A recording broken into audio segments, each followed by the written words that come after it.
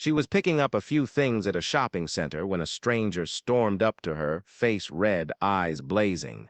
Within seconds, it turned violent. People gasped, cameras started rolling, and chaos took over. But what happened next, no one saw coming. Karoline Leavitt had no idea that her quick trip to the store would turn into a national headline. She was scanning the shelves, minding her own business, when a woman locked eyes on her from across the aisle. At first, Karoline didn't think much of it. People recognized her all the time. Some supporters, some not. But this woman wasn't just staring. She was seething. Then she started marching straight toward her. Witnesses say her fists were clenched, her face twisted in anger. A few shoppers turned their heads, sensing something was off. One man even pulled out his phone, just in case. And then, it happened. The woman lunged. The entire store went silent. What Karoline did next shocked everyone. Karoline barely had time to react before the woman was in her face, shouting. Witnesses recall her words were sharp, filled with rage. "You don't belong here. People like you ruin everything." The attack wasn't just verbal. The woman shoved Karoline's shoulder, hard, nearly knocking her off balance. Gasps filled the air. A store employee rushed forward. But before he could intervene, Karoline did something no one expected. She didn't push back. She didn't scream or run. She stood her ground, calm, steady, unshaken. But the woman wasn't finished. She swung her hand toward Karoline's face, and in that split second, everything changed. A man standing nearby, a complete stranger, stepped in. With one swift motion, he grabbed the woman's arm mid-swing and held it firm.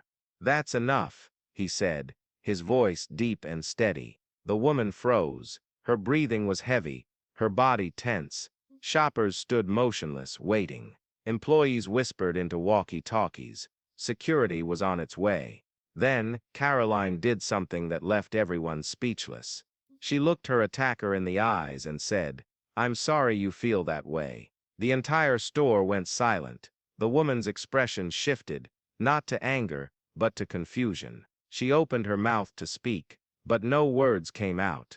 It was as if, for the first time, she realized the entire store was watching. Then, she turned and bolted. She ran past the checkout lanes, past security, and straight out the doors. No one chased her. No one said a word. They just stood there, staring at Karoline, waiting for her reaction. And that's when something even stranger happened. Karoline smiled. She turned to the man who stopped the attack and said, "Thanks for that."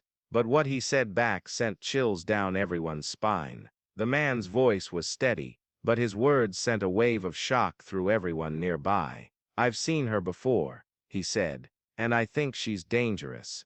Karoline's expression didn't change, but the tension in the room grew heavier. "What do you mean?" she asked. The man looked toward the entrance, as if expecting the woman to return. Then, he lowered his voice. "That wasn't random. She knew who you were." A woman near the self-checkout gasped. A store employee whispered to a coworker. Karoline had dealt with angry people before. It came with the territory. But this was different. "I recognize her from another incident," the man continued. "A few weeks ago, at a rally, she did the same thing to someone else. Only that time, she didn't just shove."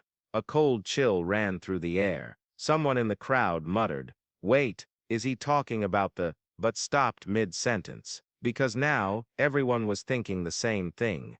Was this woman targeting people? Was she looking for fights? Before anyone could say another word, a store employee ran over. "Security wants to talk to you," he told Karoline. And they pulled the cameras. "You need to see this." Karoline followed the store employee toward the back, her mind racing. The air was thick with tension. Shoppers whispered, phones were out, and the whole situation felt unreal. Inside the security office, two guards stood by a monitor, frozen in place. The screen showed the store's surveillance footage, but it wasn't just from today. The guard pointed at the screen. "Look at this." Karoline leaned in. The footage rewound several minutes before the attack. The woman had been inside much longer than she thought. And then, the shocking truth hit. The woman was watching her, frame by frame, They saw it. She followed Karoline into the store, keeping her distance. She pretended to shop,